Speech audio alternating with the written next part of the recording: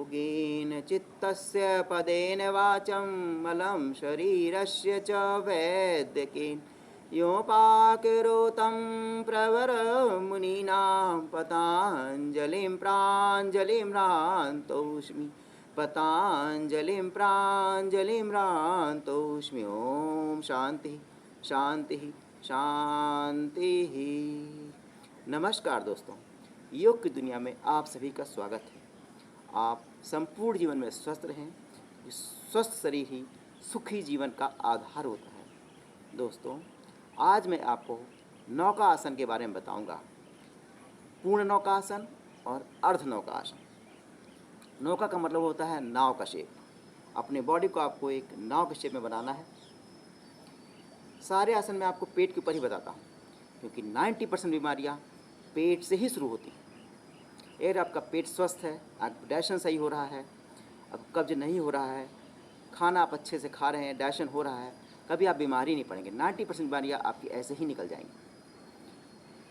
तो मैं आपको नौका आसन और अर्ध नौका आसन दोनों आसनों को करने का तरीका बताऊंगा, कहाँ पे ध्यान रखना है और इसके होने वाले लाभ क्या क्या हैं। इसको स्त्री, पुरुष, बच्चे, बूढ़े, जवान सभी कर सकते हैं। बहुत ही आसान आसन है, थोड़ा सा प्रैक्टिस की ज़रूरत है और बॉडी को बैलेंस करना है।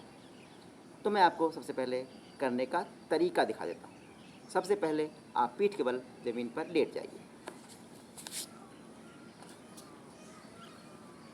लेटने के बाद आपको शरीर, हाथ और पैर को एक साथ धरती से ऊपर उठाना है और नाव का शेप बना लेना है।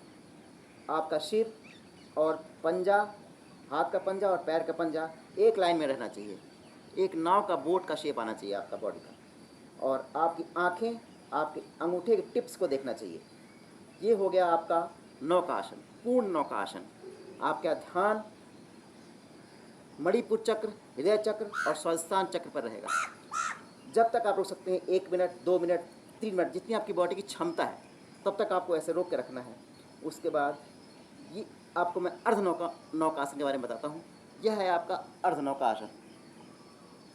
अर्ध नौका आसन 45 डिग्री में ये रहेगा, 15 डिग्री में ये रहेगा। ये हो गया आपका अर्ध नौका आसन। धीरे से लेट जाइए, गहरी सांस लीजिए, उठ के बैठ जाइए। ये आपका हो गया नौका आसन और अर्ध नौका आसन। जब भी आप आसन करेंगे, आपको आपका ध्यान स्वादिष्टान चक्र, नाभि चक्र और हृदय चक्र पर रहना चाहिए, क्योंकि ये तीनों एरिया इसी भाग में आते हैं। ये आपके तीनों चक्र स्वस्थ रहेंगे तो आपका शरीर स्वस्थ रहेगा। दोस्तों, इसके करने के अनेकों लाभ हैं। सबसे पहला लाभ है, ये आपकी पीठ को मजबूत रखता है, हाथ पैर को दुरुस्त रखता है और मजबूती देता है, स्ट्रेंथ आती है आपकी बॉडी में। तीसरा इसका लाभ है, ये आपके intestine, stomach, liver, pancreas, spleen सभी को स्वस्थ रखता है और क्रियान्वित करता है, क्रियाशील करता है, जिससे कि आपका जो खाना खाते हैं उसको आपको पूर्ण उसका निचोड़न करके आप पूर्ण शक्ति प्रदान करता है। और यह इंटेस्टाइन, लार्ज इंटेस्टाइन और स्मॉल इंटेस्टाइन दोनों को शक्तिशाली बनाता है, क्रियान्वित करता है, क्रियाशील करता है, फंक्शनल करता है, जिससे कि आपका बॉडी पूर्ण से स्वस्थ रहता है। जो भी आप खाते हैं डाइजेशन हो जाता है उसका अच्छी तरह से।